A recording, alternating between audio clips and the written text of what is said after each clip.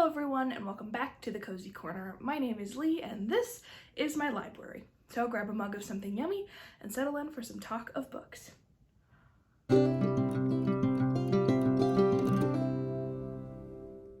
Today we are going to be talking about all the books that I read in June. I read 13 books in June. That sounds like a lot, and for me that is a lot. I think that might be the most books I've ever read in 1 month. Excuse me. But they were not all, massive academic length books. Some of them were very short, some of them were very easy reads, but I did get to 13 books in total in June. Unfortunately, I did not have any 5-star reads in June, but I had a couple really good 4 stars. And also, thankfully, I didn't have any 1 stars. So that's good. Because I don't want this video to be too long, we're gonna start with the 2 stars and work our way up.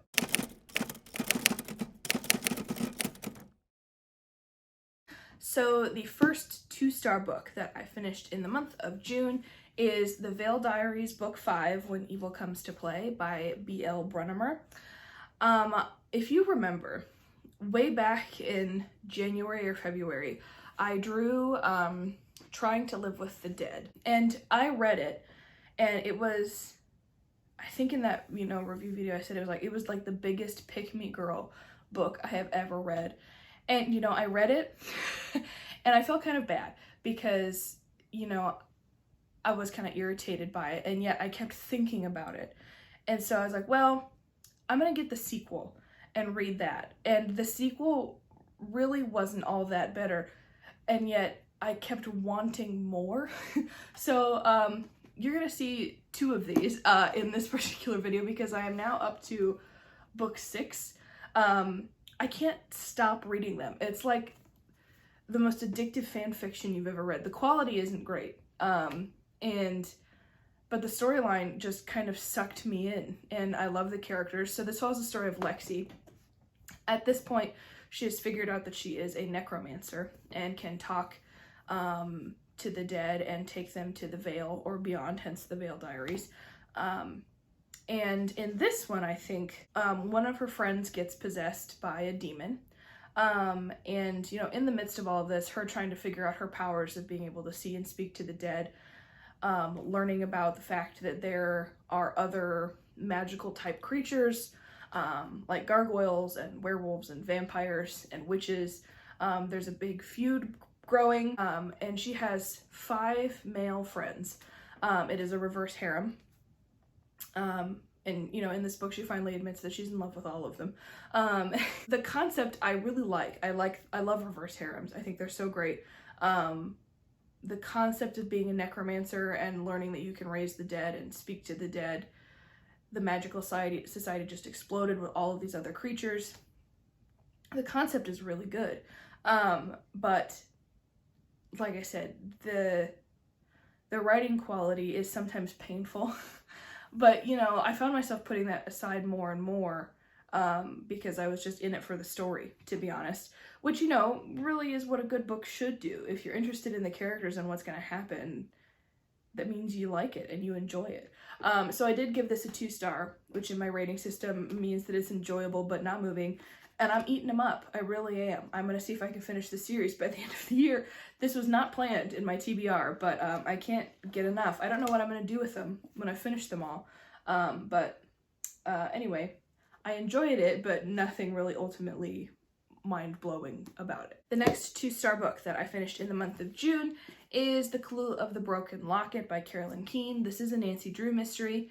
I drew this from my reread pile. I don't remember when I did. Anyway, it was a reread. I have read this before. And again, I gave it a 2 because it was a nice trip down memory lane, but the story really wasn't all that enthralling. Obviously, because I've read it before. It's been a while.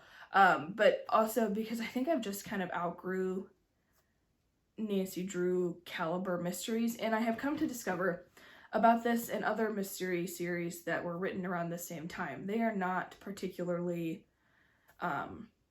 politically correct. Many people who have done the crime are considered to be second-class citizens, and I won't get into what these authors believe second-class citizens to be, So this one is probably the most benign of the ones that I have read or heard about. I will say that there has been a revamp of the Nancy Drew mystery series that I read when I was maybe like a preteen, early teenager, that are more modern and therefore much more inclusive and respectable.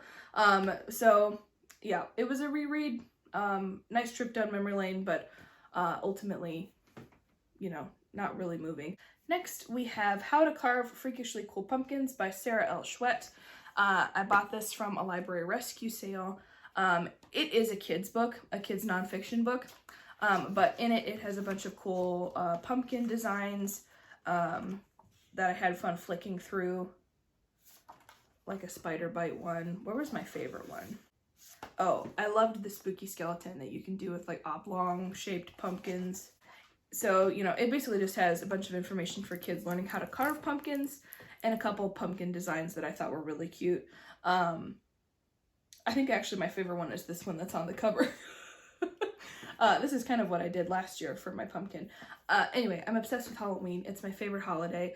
I did give this a 2-star because I'm not necessarily the right audience for this book. I know that it's for kids, but I do love Halloween, and I think it'd be really cool to just keep this on my shelf during the Halloween time. I need to figure out how to get this label off, though.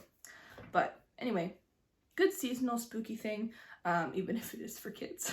Next, we have another Veil Diaries. This is book 6, Secrets from the Grave by B.L. Brunnemer. But this book is where they go to New Orleans because the Witches' Council has decided to pretty much put a hit out on any necromancer. And any necromancer that seems to partner with the witches is disappearing. A war is brewing. There were treaties that have been violated. I don't remember all of the details, but basically Lexi and her 5 boy friends go down to New Orleans to discover more, to help her become more aware of her surroundings. She met another necromancer. She had never met one before, and there is kind of a mini battle that happens in here, and all of the boys find out that she's kissed all of them. And so the reverse harem thing all of a sudden became very real, because the suggestion was made that she try to date all of them at once. That was sort of the last thing that happened in this book. Like I said, they're binge-worthy. Quality's not great, but I really enjoy the story. So it might be a while before I pick up the next book, but every once in a while I will get a craving for one, and then I will usually order it. So next, I read Kate in Waiting by Becky Albertalli. This is the first ever Becky Albertalli book I have read, and some of you might remember that in my mid-year book freakout tag, I said that this was one that I wanted to read before the end of the year. As soon as I finished that video, I was like, yep, I'm gonna do it. I'm just gonna pick it up and read it, and I finished this. I demolished it in a day. And I did give it 2 stars. I think because, you know, there's a reason why I say this rating is enjoyable but not moving, because I enjoyed the book. Do I think it's necessarily good? Not by my standards, but I still enjoyed it.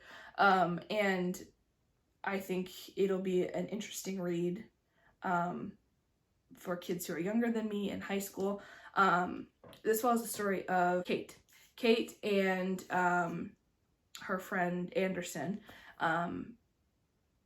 as they are major theater nerds, and they are working together at a summer theater, and they meet Matt, who is the, I think, sound design or music guy, and they are both equally in love with him. And then Matt shows up at their school in the next school year, and they all, you know, kind of compete for affection with each other, and then a big feud breaks out between Kate and Anderson over who is in love with him more, or who deserves to be with him more. The one thing that I enjoyed most of all about this book is that the musical that Kate and Anderson's high school puts on is Once Upon a Mattress, and that was the first ever musical I did in high school, and I was an understudy, and then I, for one day, got to play a lead role, and I got to play Lady Larkin, who is the character that Kate plays in the musical. So it was really cool to be able to re-go through that show through Kate's eyes, because it was such an insane time for me. I had a week to memorize an entirely new part because I wasn't that person's understudy. So it was just kind of a nice little trip down memory lane.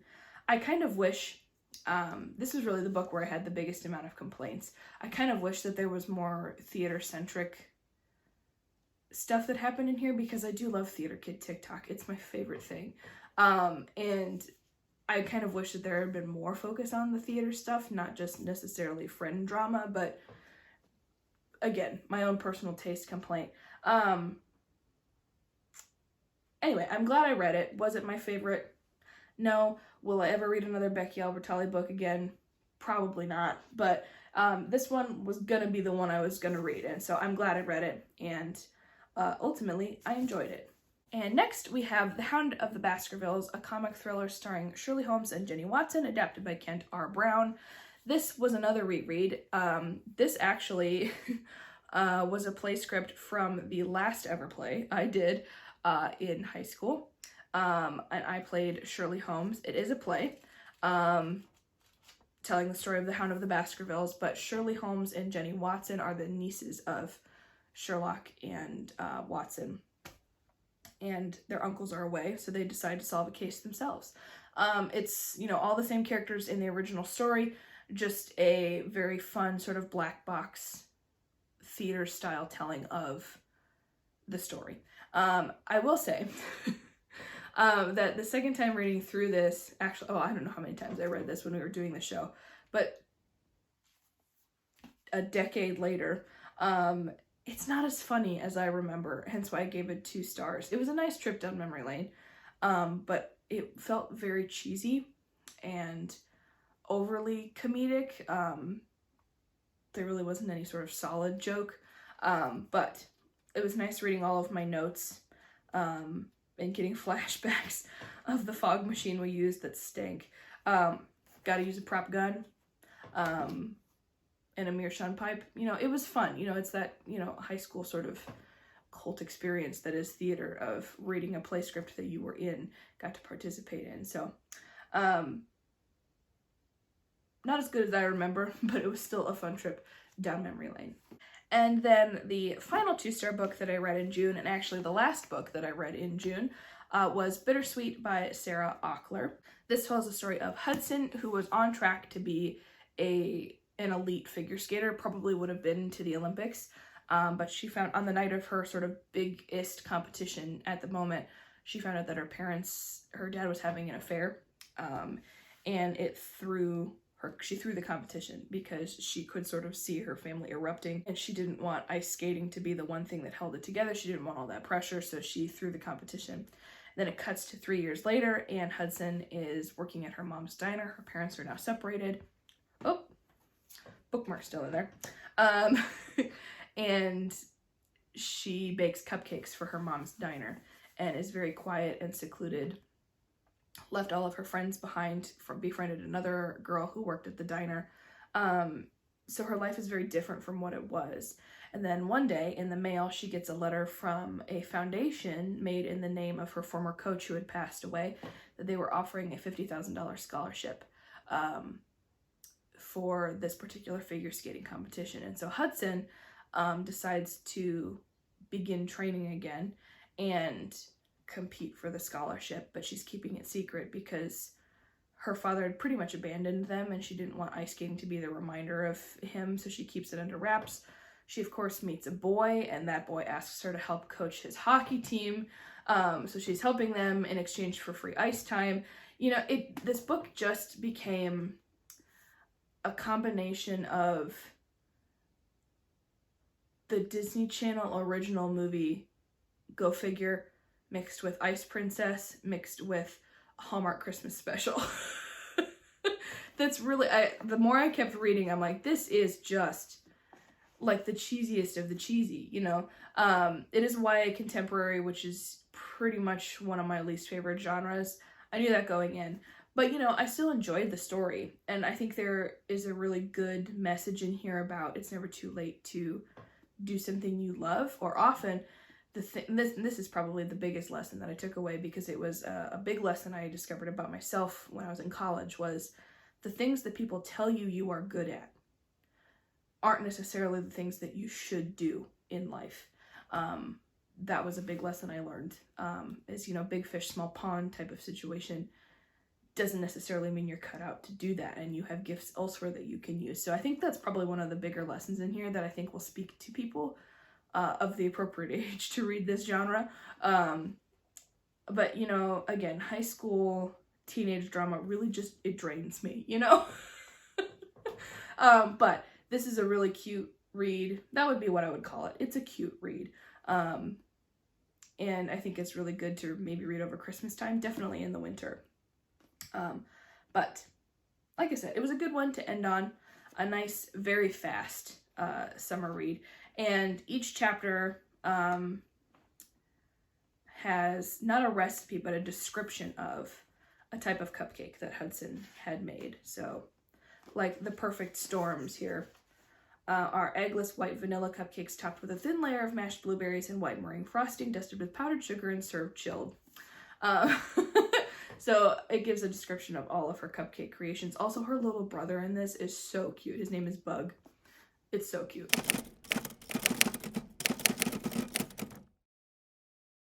Moving on to the 3 stars that I read in June. Another series. That would be the King of Atolia by Megan Whalen Turner. I read this book pretty early in the month. I think it might actually have been the first book I finished in the month.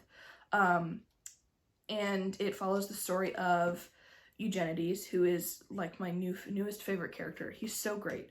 And he has married the Queen of Atolia, who cut off his hand.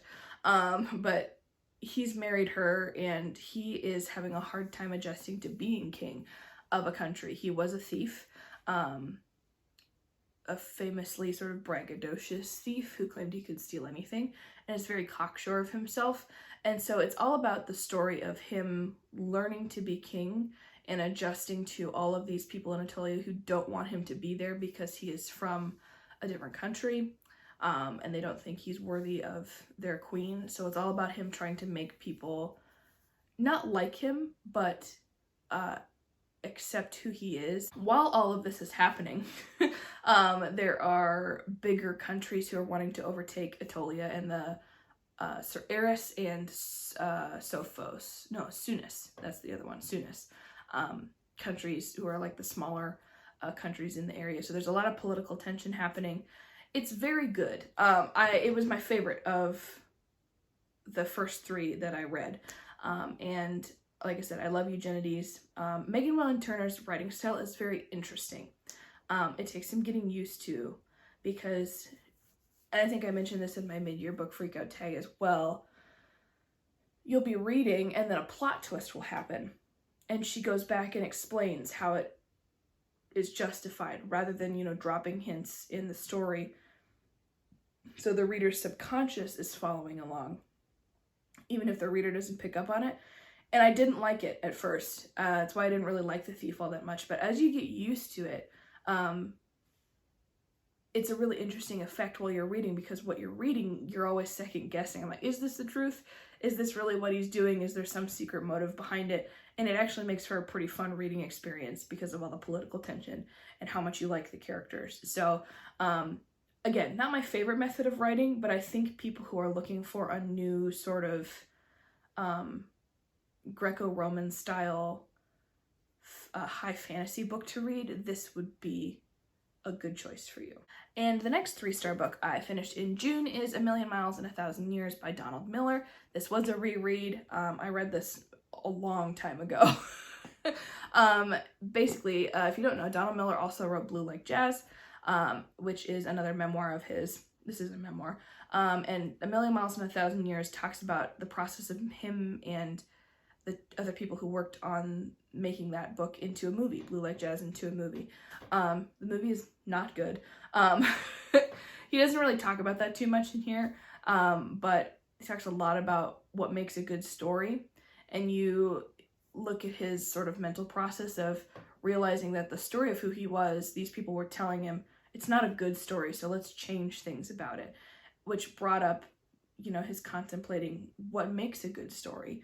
And he doesn't necessarily turn his life around, but he just expands his view, and he meets some people along the way that inspire him to start living a better story, to take advantage of the time he's got to actually pursue someone, to go on these international adventures, to begin writing again for the purpose of telling a good story.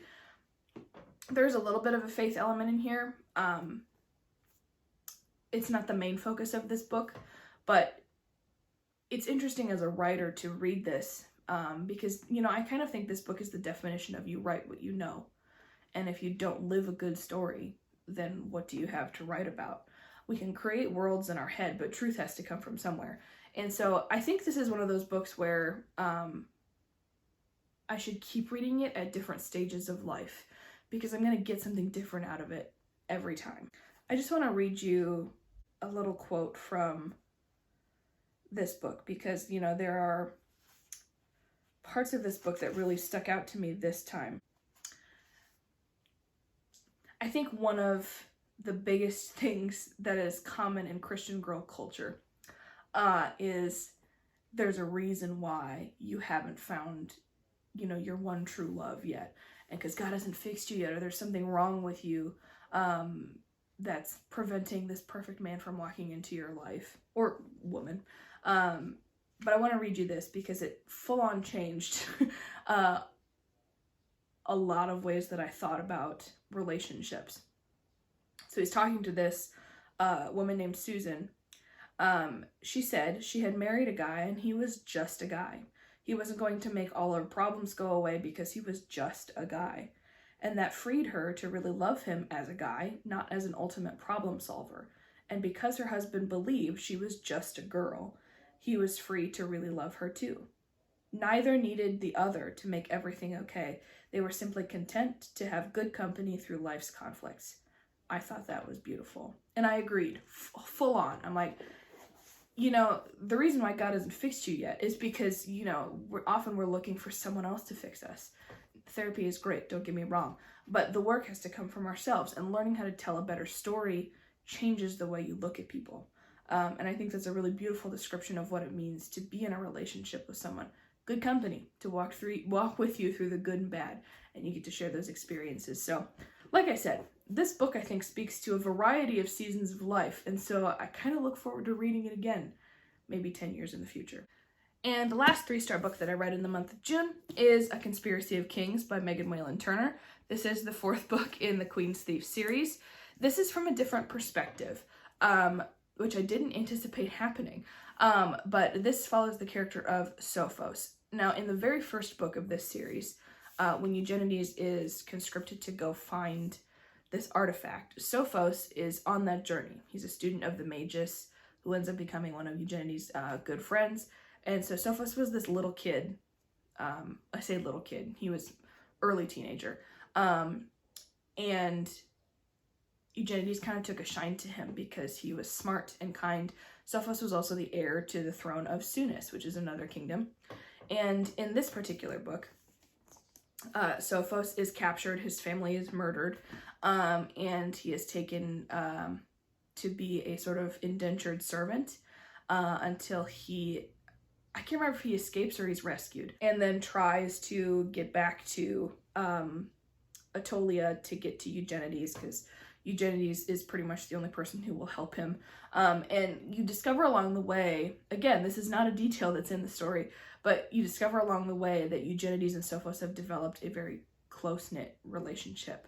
And, you know, in this time, Sophos is sort of broadened into a man worthy of being on a throne. He actually, a lot of the story entails his relationship with the Queen of Elis, and his love for her, and what it means to have another king and queen from different countries potentially be unioned together. So it's a really interesting story of rescuing his family. Again, there is war coming, a lot of political intrigue, and we get a little bit more about Eugenides' hidden character, and why he acts the way he does. It is 3 stars because, again, I think this is a really good series. It's not my favorite. Again, the writing style isn't what I typically am drawn to, but I thoroughly enjoyed reading it. And I think people looking for this style of storytelling would be really entertained by this.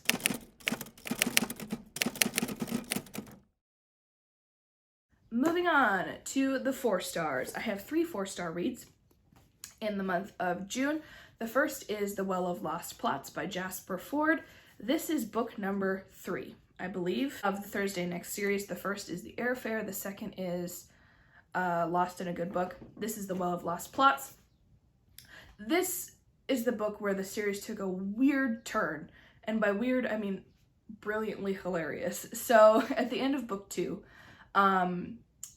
Thursday's husband, Landon, is eradicated or unwritten by this mega conglomerate called Goliath. And her life is in danger because they have discovered that Thursday is not only brilliant, but can also travel into books, is able to read herself into books, which is a commodity that Goliath wants because they want to advertise their products in books and want to be able to get into the worlds in the books. And so Thursday goes on the run, and she hides in a area of the book world called Jurisfiction. And there she hides with her, and discovers that she's pregnant also, hides in the book world. And while she's there, Jurisfiction decides to make her an agent in training. So the Jurisfiction is basically a police force that adjudicates the book world and the happenings in the book world. And it's so insane. This reminds me a lot of Wreck-It Ralph, like the internal workings of video games. It's like that, but internal workings of books. And so Thursday becomes an agent of Jurisfiction and is trained under Miss Havisham from Charles Dickens' Great Expectations. And she also goes to the Great Library where all of these books are kept and lives in the place called the Well of Lost Plots, hence the title, in a book that is potentially about to be unwritten. And so she vacations there for a while. The library is insane. The cat, formerly known as Cheshire, is sort of like the big librarian of the place, and he pops up in random places in the story. Insane stuff happens in these books. I'm currently almost done with the 4th in the series, and how I lived this long without knowing this series existed, I don't know. If you are a bibliophile looking for good, funny, and still action-packed plots, pick them up. You know, it's one of those series, I think, where you read it and you love all of the references that are in here, and then you put it down and read for a couple more years and you pick it up, and all of a sudden the book transforms because you've read so much more and you're on so many more inside jokes. It's so good. The next 4-star book that I finished in June is American Dirt by Janine Cummins. I know this book has a lot of controversy surrounding it because Janine Cummins is not Mexican or person of color that would be involved in this particular heritage, but I still really enjoyed it. So it follows the story of Lydia and Luca, whose entire family is murdered by a drug cartel, and they go on the run. And it details all of the horrible things that have to happen in order for you to get into the United States, to flee for safety. It's one of a million tales, you know, like this, and it's heartbreaking. It's so slow in places in a good way, and yet it speeds up so quickly. You're never able to keep your finger on the pace because of how quickly the speed changes of the storytelling. And there are so many different nods to other journeys in this book for people who make, you know, that same kind of pilgrimage. So you get some references to other people who come from countries further south in South America, who are escaping, you know, dictators and regimes, and fleeing north. This book actually came out, I think she said,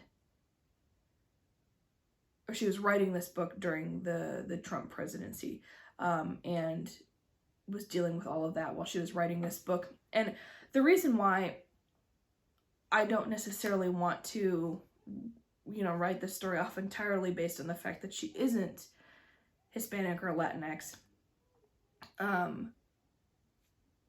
is that the amount of research that she did and the people she talked to. And I know, you know, that doesn't necessarily give her the right to tell this story, but you can tell that this is a subject that she is incredibly passionate about. If you read the sort of acknowledgments or afterword in the book, you get a little bit of that. I loved this story because it was so visceral. I was invested from the first chapter and flew through it. And it became one of the best books I've read this year because it was such a visceral story. And I was in it with those characters. And, you know, even if you read it, you still can't fathom, you know, what they're going through. And it's a journey that I never want to have to make in my lifetime. And, you know, your heart breaks for the people who have had to make those life or death journeys. It particularly hit home when there was one chapter talking about they met on the train because they ride the top of the train for much of the book to get north. They meet a family who made that journey almost every year for work to support their families. And they end up in the Midwest in harvesting country, which is where I live. And I know that a town south of where I live employed many people south of the border, often illegally. And that was the only way those people could get a living, a livelihood, to send money back to their family. So they would come up for part of the year and then go south again for the year. And I had forgotten that.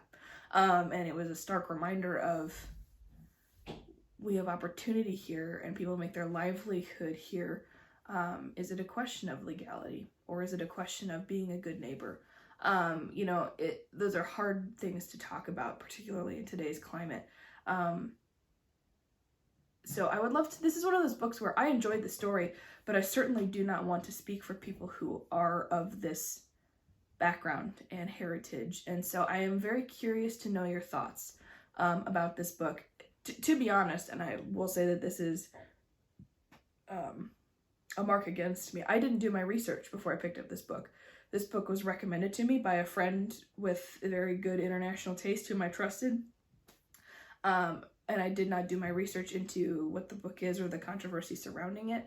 I just picked it up and read it and really enjoyed it. And it was only after the fact that I realized that it was kind of a hot button book. Not an excuse, I'm just giving you the situation. So this is new to me. So I'm curious what your thoughts are about the author, about this book, and I would love to have more discussions with you about this. So if you have, you know, thoughts or concerns, I just ask that you keep it respectful so we can have a good conversation. But this is really the first book that I've stumbled into with any big controversy surrounding it. So again, I am curious to know your thoughts. Ultimately, I really enjoyed it, and I think it's a great glimpse into this particular subject matter. So those are my own thoughts and opinions. Let me know if yours are different. And the final 4-star book that I read in June is A Court of Frost and Starlight by Sarah J. Maas. I have a whole vlog dedicated to this book, so I won't get into it too much. But basically, it is sort of the Christmas special of the series, which I think is really cool. And this book perfectly, I think, sets up A Court of Silver Flames. It transitions from the Farah trilogy to Nesta's perspective. One thing I did note is that I don't think it's first person in A Court of Silver Flames. I think it's third person. And I'm so used to reading from Farah's first person perspective. So I think that'll be an interesting switch. But yes, I really enjoyed it. It was fun to see, you know, the favorite characters in a relaxed setting as they celebrate the winter solstice. And I think this also really prettily tied up the original trilogy and sort of fulfilled those last few things that were missing in that trilogy. And this is a series where I was okay with it having a pretty bow on it because I was so invested in those characters and I wanted good things for them. Obviously, another war is coming. There's never not a war in her books. But like I said, it was a good bridge between the original trilogy and a new character's perspective. So there you go. All 13 books I read in June. A very diverse and eclectic reading month for me. I would love to know, have you read any of these books? Do you have any thoughts on them? What are your opinions? I want to have good conversation about these with you. So if you liked any of these books or you like this video, go ahead and give this video a like and subscribe to my channel because it really does help me out, and let me know what you guys want to see. As always, a huge thank you to the friends and family who have readily supported me on this journey. It truly means the world to me, and I can't wait to see what's on the next page. Cheers.